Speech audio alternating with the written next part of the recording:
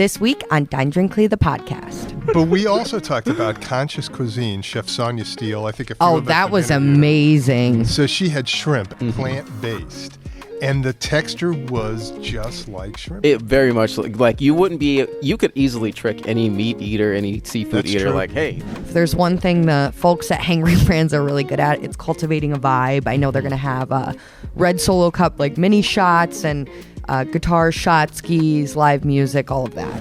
Well, it was extremely interesting to see all those kinds of people dressed up and all the dances and all just eccentric sort of Lederhosen. Did you see people in Lederhosen and just Well, I don't know what that is or how to spell that. That's but Lederhosen. Explain. I'm Josh Duke. And I'm Alex Darus. And you're either watching or listening to Dine Drink CLE, the podcast, where each and every week we are joined by cleveland.com's best and brightest food experts, insiders, and influencers talking all things food and drink here in the Northeast Ohio area. What are we talking about today, Alex? Lots of exciting things to talk about. We have a new bar coming to East 4th Street. We recently said goodbye to a Cleveland Heights restaurant institution. We all recently went to Taste of Black Cleveland, so we're going to talk a little bit about what we ate there. And Cleveland Oktoberfest is coming up, so lots to discuss. Yeah. And first, we got Marc Bona here, who's going to talk to us a little bit about this kind of classic restaurant we just had to say goodbye to in Cleveland Heights, and something exciting coming to East 4th. Welcome. Thanks, guys. Yeah, so Nighttown, what happened? Good question. Yeah. Nighttown really was, it's a cliche. You use the term iconic, but that really is what it was. 1965, it was originally established. That's a big deal, really, for any business. We talked recently about Butcher and the Brewer. It was here for 10 years. That's a worthy subject. I mean, a 10-year anniversary. Well, this one was around almost 60 years. It closed a couple of years ago. Brendan Ring had taken it over, ran it for many years, closed it as a result of the coronavirus pandemic, and then Greg Levy and his team from Red the Steakhouse came in and took it over. They spent an untold amount of money really getting it back into shape. And I went in there when they had a big reopening party in November, and it was something else because you could tell it had really been cleaned up. They had taken the walls down to the studs. A lot of the changes you couldn't even see. They were wiring, HVAC, behind the walls type of structural issues. And they had it open. It was open 9 months, and then it closed. And to me, it was a bit of a shock. You would think that the name alone would have done it and would have carried it on, but it didn't. And we've lost a restaurant for now until somebody comes in. Yeah, and outside of a restaurant, I know Nighttown, it was host to very significant jazz performances, the Cleveland Press Club. I feel like it is a huge loss for the neighborhood. It is a loss, and it was also kind of a unique place. I mean, it was Brendan's Irish, and it was a traditional Irish pub. He didn't start it, but he had really infused his personality for many, many years. Greg took it over, cleaned it up. But you're right, Alex. I mean, jazz music is a niche, and there's not that many places to really highlight a lot of local as well as national acts that were able to come through and regional ones. So it had that going for it. The Cleveland Press Club, as you said, was it was their home, and they had these great dishes. It was just a cool place. I remember going in there with all the stuff on the walls and all the different pictures, and it was very Irish, and it was really a fabric of the neighborhood. So it was really, kind of a big surprise to me. Yeah, it's kind of like you said, I'm surprised too. I really wanted to check it out, just hearing about the history behind it and the big grand reopening refurbishment that they did on it. So I'm wondering now what they're going to do with the space. What happens next? I was just going to say that. So they're like selling the building? So Greg and his team do not own the building. Okay. There is a set of landlords who own the building. And Greg had even said in a statement, I mean, Levy said, I hope that, I forgot his exact words, but the next tenant or the next chapter will be a good one for Nighttown. Mm-hmm. So who knows what's going to happen. I think the area needs a place like that. I think every place needs a place like that because there was something kind of comfortable and homey about it. It was a little clubby and it was a little old, but there were regulars at the bar. And I like the new places that we all talk about, and then the edgier stuff and trendier. I think all of that is cool and it helps, but I still keep going back to the word I use all the time is diversity within the culinary institutions around here. You can't have the same thing all over the place. Yeah, and that's diversity in so many things of new places, Right. old places, different cuisine, everything. Exactly. And this is every city and town needs some sort of a comfortable type of a place that's an anchor that kind of welcomes people. So I'm hoping to see somebody good come in there. Yeah, no, super unfortunate, but it does seem like if whoever comes in there, they'll be coming into a totally refurbished Yeah, no kidding. space. So we'll have to wait and see. But I guess on a more positive note, we recently got the news from the folks at Hangry Brands, which is Jason Boudart, Chelsea Williams, and former Guardians manager Terry Francona, that they're going to be opening Jolene's Honky Tonk on East 4th in the former Greenhouse Tavern space. So if you ever were in that space, I know previously between Greenhouse Tavern and now it's been Indy and I think Gabriel Southern Table, but they have a great rooftop and there's no rooftops on East 4th. So it's going to be a total country vibe. They just kind of got through the opening of Steak, which we talked about on here a lot. So if there's one thing the folks at Hangry Brands are really good at, it's cultivating a vibe. I know they're going to have a red Solo Cup, like mini shots and guitar shot skis, live music, all of that. So it's going to be very exciting. Yeah, it reminds me, just the concept of it so far reminds me a lot of the one in the Flats, where There's two in the Flats. Yes, but the one I'm thinking about is I Hate Cowboys I or Hate Welcome to the Cowboys. Farm. Oh, I genuinely thought those were like the same place, but one I think they're one was like separate. No, they're a separate. slogan. Okay. Yeah. Well, they're both kind of slogans. No, but I thought one was like the slogan of the other. But anyway, it reminds me a lot of that one. I Hate Cowboys in the Flats, because there's always some live music, country vibes. You got a younger crowd, I think, honestly, that are really enjoying and living it up, so I feel like you're going to attract that same kind of crowd to East 4th, which is kind of already there anyway, but yeah, that country aspect of it seems to be very popular. Yeah, and that's what Jason was kind of talking about, is that East 4th is really like the heart of the city, and you're going to games, you're going to shows downtown and stuff, and now people won't have to Uber to the Flats if they want that kind of late night experience, and they will have food. The folks from Salsa City are going to be doing a hot chicken concept on the first floor. It's not going to be, I think they're tentatively calling it the Country Chick, which Jason also pointed out to me, there's no real like fried chicken like that downtown. Like you don't really have to go. It's going to be kind of takeout style, separate but conjoined with it. But it seems like they just kind of, East 4th could use a little bit of that lively. I think it's going to be like family friendly too, but like bachelor parties at late at night and stuff like that. And then you won't have to Uber to the Flats, so, or walk if you want to make that trek. But yeah, so I think they're planning on opening Jolene's by first pitch of the Guardians next in the 2025 season. So. And yeah, so Mark is still here because we all recently went to Taste of Black Cleveland at Rocket Mortgage Fieldhouse, ate a lot of delicious food. But I guess, Mark, what can you tell us a little bit about the kind of aim of Taste of Black Cleveland and what it's about? Yeah, so Taste of Black Cleveland was actually started 6 years ago, and two things about it. Number one, we talk about a lot of fests, so they're either family-oriented or they're focused around drinks, wine and beer. This is really a food-first event, and it's a good one, and it's a tasty one. I know the three of us were all there. And it really has evolved and changed so much in 6 years. So a quick little bit of history. This was started because the Cleveland NAACP saw a need to try to showcase minority chefs who were really then and still now under the radar in the city, Cleveland and the outskirts. And so they collaborated with Aramark and the Cleveland Cavs, and everybody was very receptive to this. So they welcomed in these chefs, and it was it still is a fun voting opportunity for people to vote on their favorites.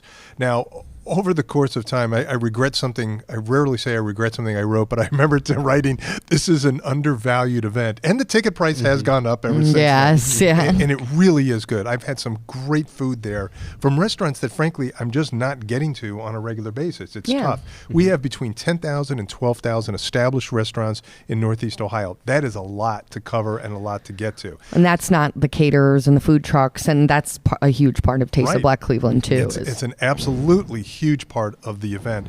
So this event has morphed so much so that now for the second year in a row, it's been on the court at the arena. And it really is something else. They had more than 24 restaurants. They have a VIP area with last year's winners. And I should back up a little bit and talk just a little bit more about the history. When this was started, it really was started as a way to find maybe there's a little star out there, a star chef or restaurant or eatery that could possibly go into the arena. It wasn't a done deal that the winner of the vote would get in, but that's essentially what happened a couple of times. So two key people who I think a lot of people would know now, Tawana Williams, who owns Pearl's Kitchen, is downstairs amid a lot of other local restaurateurs, and Vic Searcy, who runs Sauce the City, who you mentioned in the last segment, going into food for Jolene. He's upstairs near the Budweiser Brew House for his hot chicken stand. Those two got their start at this event several years ago. And it is awesome because they didn't have that opportunity. They got it, and it's showcasing these eateries. Now, there were more than 24. Every place had 2 different dishes. And it was, speaking for myself, it was a lot to kind of put the brakes on and be a little restrained because I had some really good food. So I know you guys were there too. Yeah, no, I got there first, and then I ran up to Josh immediately and was like, Flood's Urban Seafood has lobster tails because they were doing surf and turf.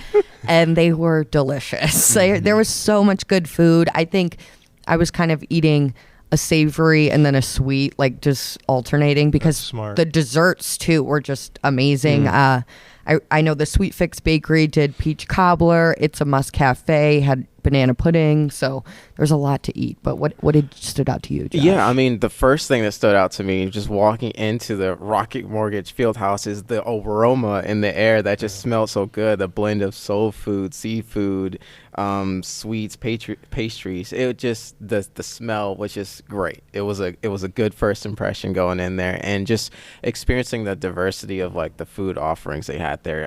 One for me that really stuck out was like the vegan presentations there, and one for me that, because you guys know I've been kind of vegan curious lately, just vegan curious, and so one that I really enjoyed was Squash the Beef. Yeah, that was good. They ended up winning their category, the vegan category. They did. I think they had dirty grits that were really good. they had meatless meatloaf, and I was like, really, and that was the only dish where I was like, I'm finishing this. I cannot stop. I don't care. I'm going to finish it. So for me, that was the one for me, stand out for me. And then we ran over and you got a fried pork chop from Hooked, I think. So vegan curious for sure. But but we also talked about Conscious Cuisine, Chef Sonia Steele. I think a few of us that was have amazing. So she had shrimp, SHRYMP, plant-based.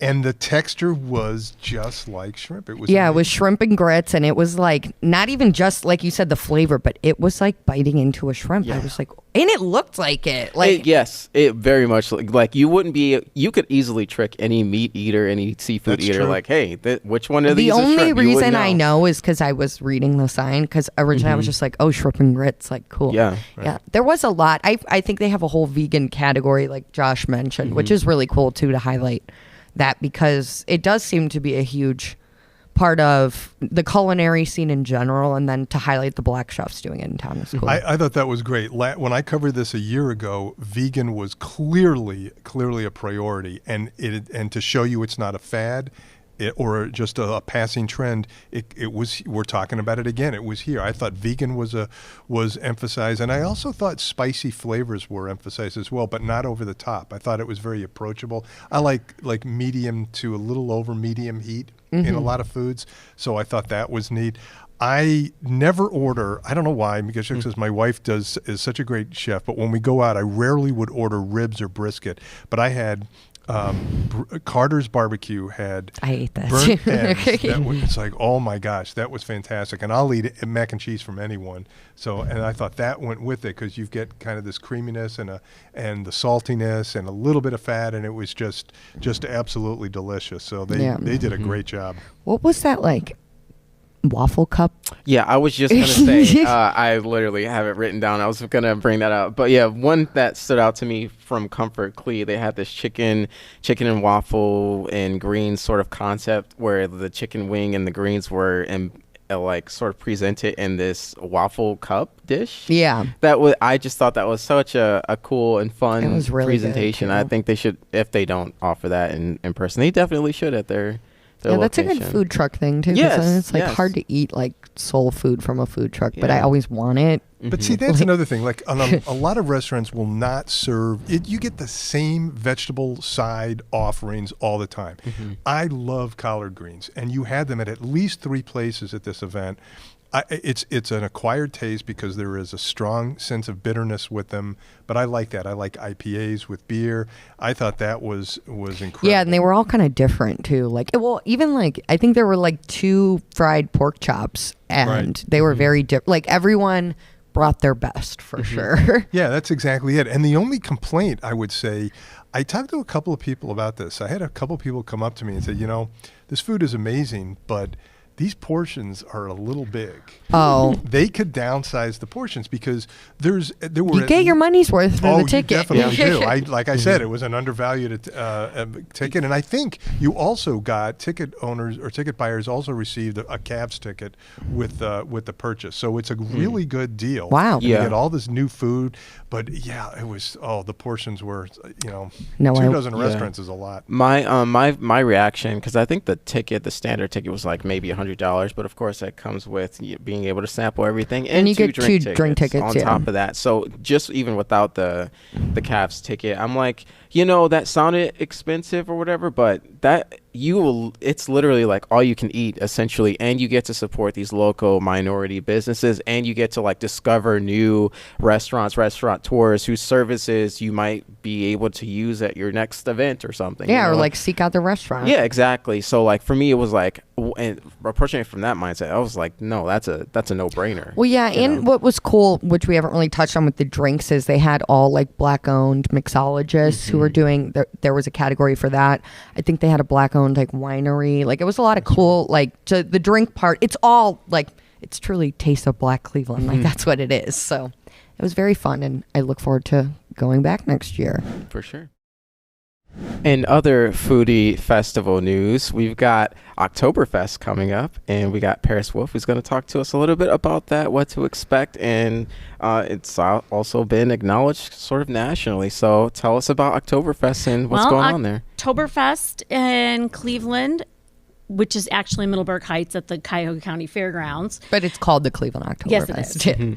Was named tops in the nation through a voter poll in USA Today last year. So it was the 2023 Oktoberfest, best one in the country. And let's back up for a second. For someone who has been living under the rock or whatever and doesn't know what Oktoberfest is, what is it all about?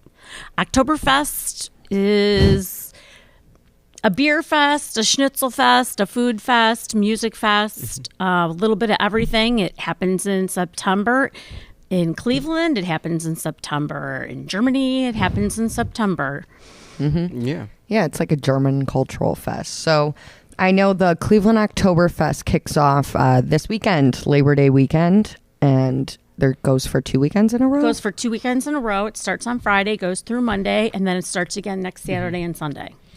Now, last year was my first experience with Oktoberfest, and I got to tell you, it was incredibly interesting to see all these people dressed head to toe in these really like eccentric sort of lederhosen. Did you see people in lederhosen? Well, I don't know what that is. I figured that's lederhosen. Explain what is that? It's like the German, like the little pants, right, with the straps. Yeah. And it's like colorful. Yeah, I think. well, it was extremely interesting to see all those kinds of people dressed up and all the dances and it just is a really fun time. It reminds me a lot of Like a fair, but better? No, I was going to say the one in Dingus February. Day? Dingus Day, yes. It reminds me a lot of Dingus Day. Yeah. And they But- get pierogies. Yes. Yeah, you get the Poles at Dingus Day and the Germans at Oktoberfest. But Yeah. outside from the beer, or outside from the food, the beer is like a huge part of it too. Mm-hmm. So there'll be 17 breweries serving 85 beers, and they will have a microbrew competition. And one of the judges is our own Marc Bona. Yeah, so we'll have to see what Mark thinks after he judges all those, as long as he's not too We'll wait hungover until from all of Monday. his. We'll wait until Monday. Yes. Okay. I'm sure he's developed a very good strategy to not get He's too a inebriated. professional. Yes. Yeah, I'm for pretty sure sure. he's done this for several years now, if not. I don't know how long, but it's probably been a minute. Okay. A minute. A long Call him minute. out. A long minute. Oh, jeez. Thanks so much for listening to or watching Dine Drink CLE, the podcast. Make sure to like, subscribe, and follow us on Apple Podcasts, Spotify, YouTube, or wherever you get your podcasts. Follow us on Instagram at DineDrinkCLE and subscribe to our newsletter at cleveland.com/newsletters.